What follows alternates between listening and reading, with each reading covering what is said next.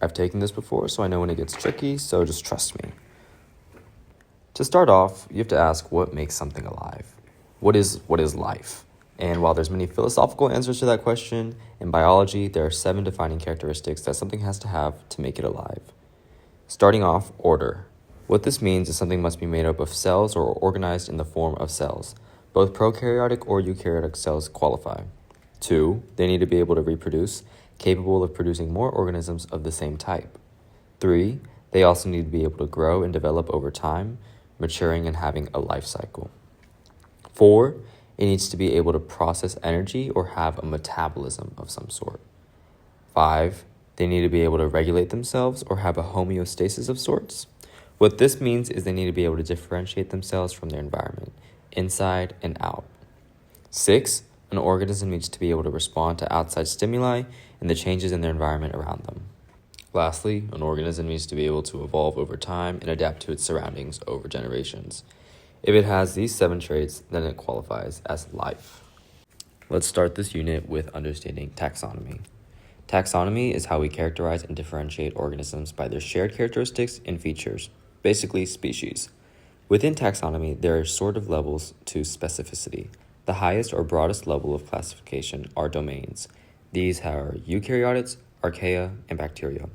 The second highest form are kingdoms. A kingdom is something like animals, or fungi, or plantae. When classifying organisms, you're going to want to follow this formula: family, genus, species. All of these levels of organization lead to emergent properties arising that aren't found at lower levels of life. These emergent properties lead to the study of ecology. Ecology is the study of interactions between organisms and their environment, including both biotic and abiotic factors. Ecology works on multiple levels of complexity: the individual, the population, the community, the ecosystem, and the entire biosphere. Let's start understanding how and why ecosystems unfold the way they do. Niche partitioning. Why are some species only found in particular locations? To understand this question, we need to understand ecological niches. A niche is where the ecosystem's resources and conditions allow a species to grow and thrive, and each species has their own particular niche. An organism's niche can cause the organism to undergo 3 types of changes. They can anatomically adapt, changing a physical aspect of themselves, often in response to a physical change in their environment. They can also undergo a physiological adaptation, which, while similar to an anatomical change, differs in that they often aren't seen in their physical appearance, but rather in their chemical makeup. Something like achieving greater intelligence and senses qualifies as a physiological change. Lastly, there are behavioral changes which change the way an organism may behave to survive. Solo predators may begin to hunt in packs or organize mating strategies. If they are able to survive, grow, and reproduce in a niche, then a species has found their fundamental niche. A fundamental niche is where a species should be able to survive, grow, and reproduce. But there's also something known as a realized niche, which is where the species is actually, in reality, able to survive, grow, and reproduce, and due to constant fluxes of changes in the environment and populations, where we expect animals to be able to survive and grow and reproduce might not always be where they actually end up. They may have a much smaller subsect of the environment than we believe they do. Population ecology is the study of how and why populations change over time. There's 3 terms you should know to understand this topic. First, let's define what a population is. A population is a group of individuals of a single species living in the same general vicinity. Density is the number of individuals per unit of area or volume, and dispersal is the pattern of spacing between individuals in a population. There are 3 patterns of dispersal that you need to be able to identify. There's random dispersal, which is unpredictably spaced and not common in nature. A good example of this are wind-blown seeds from plants.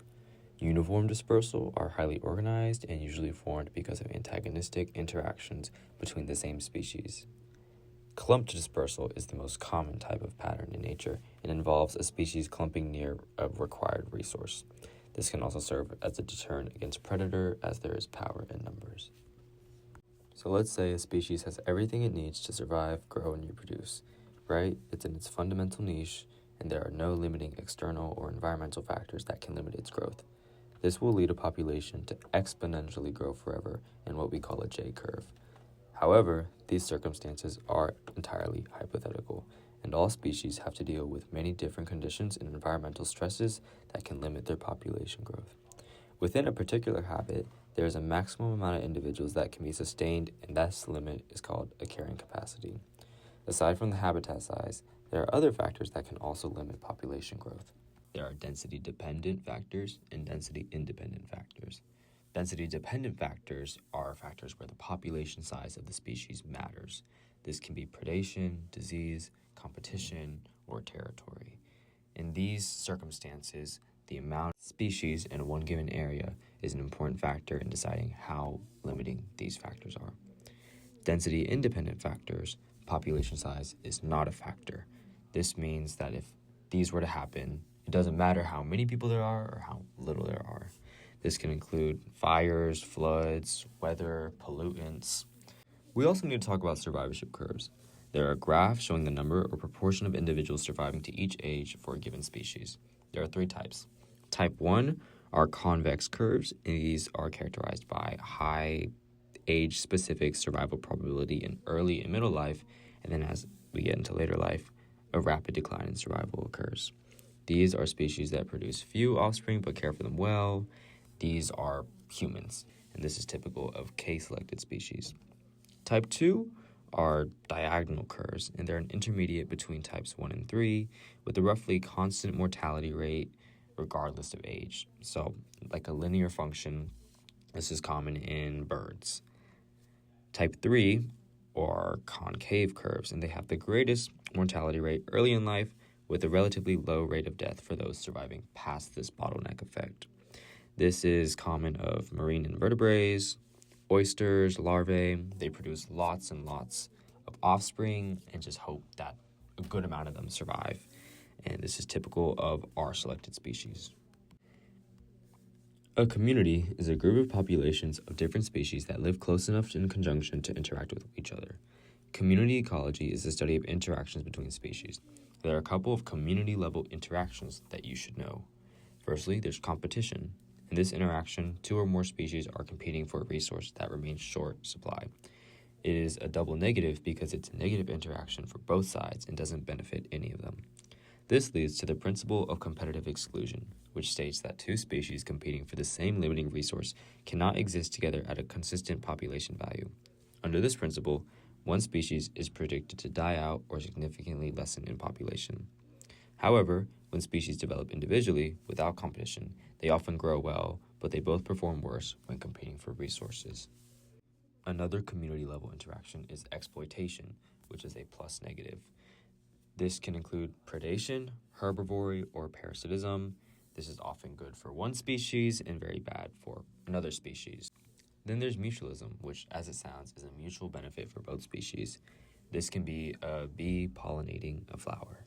Lastly, there's commensalism, which is a +0, which is beneficial for one species and doesn't really affect the other. Within a community of different species, there are some species that have disproportionate effects on its community. These can either be predators or mutualists, but either way, they are highly important to the community as a whole. If a keystone species begins to decline, their absence can have a massive negative impact on the entire population. Where does the energy for all life come from? To answer this question, we need to first ask, where does energy come from? For us, the sun.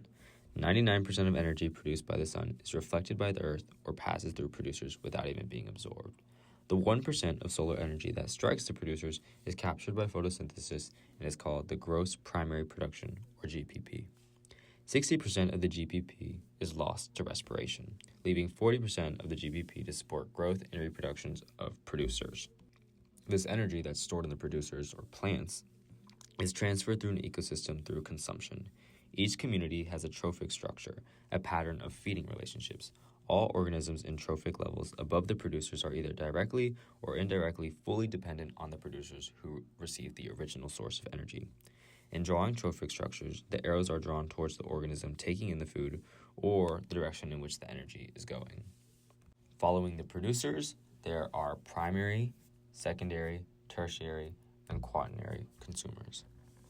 Aside from the carbon cycle and the phosphorus cycle, this is about all you should need to know for the first unit or the last unit of biology.